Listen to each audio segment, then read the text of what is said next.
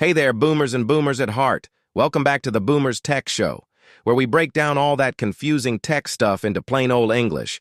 Because who has time to Google this stuff? Today, we're diving into the world of Bitcoin. Yep, that thing your nephew keeps talking about at Thanksgiving. What is it? How does it work? And most importantly, should you care? Stick around. I've got you covered. Okay, so first things first. What is Bitcoin? It's not an actual coin, so don't bother checking your couch cushions. Bitcoin is what's called a cryptocurrency. That's just a fancy word for digital money.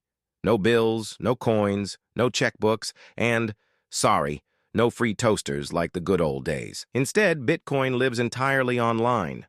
Think of it like email. You don't physically hold it, but it's there, and it can be sent, received, and stored. It was invented in 2009 by someone, or some group, called Satoshi Nakamoto. To this day, we don't even know who they are. Very mysterious, like a James Bond villain. Now, let's tackle the big question. How does it work? Imagine a giant digital notebook that everyone can see, but no one can change. That notebook is called the blockchain. Whenever someone buys or sells Bitcoin, it's written into that notebook as a transaction. This notebook isn't kept in a drawer. It's on thousands of computers around the world.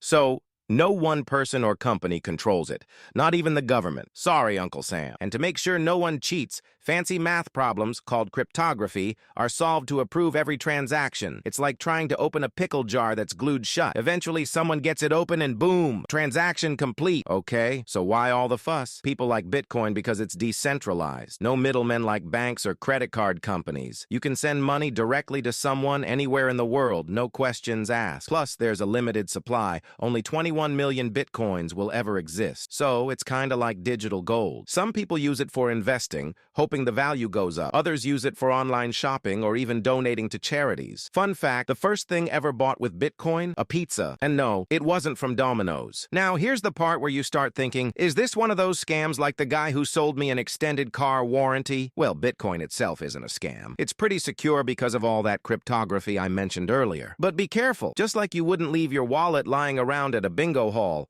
you need to protect your Bitcoin. Use something called a wallet, either digital or hardware, and don't share your private keys.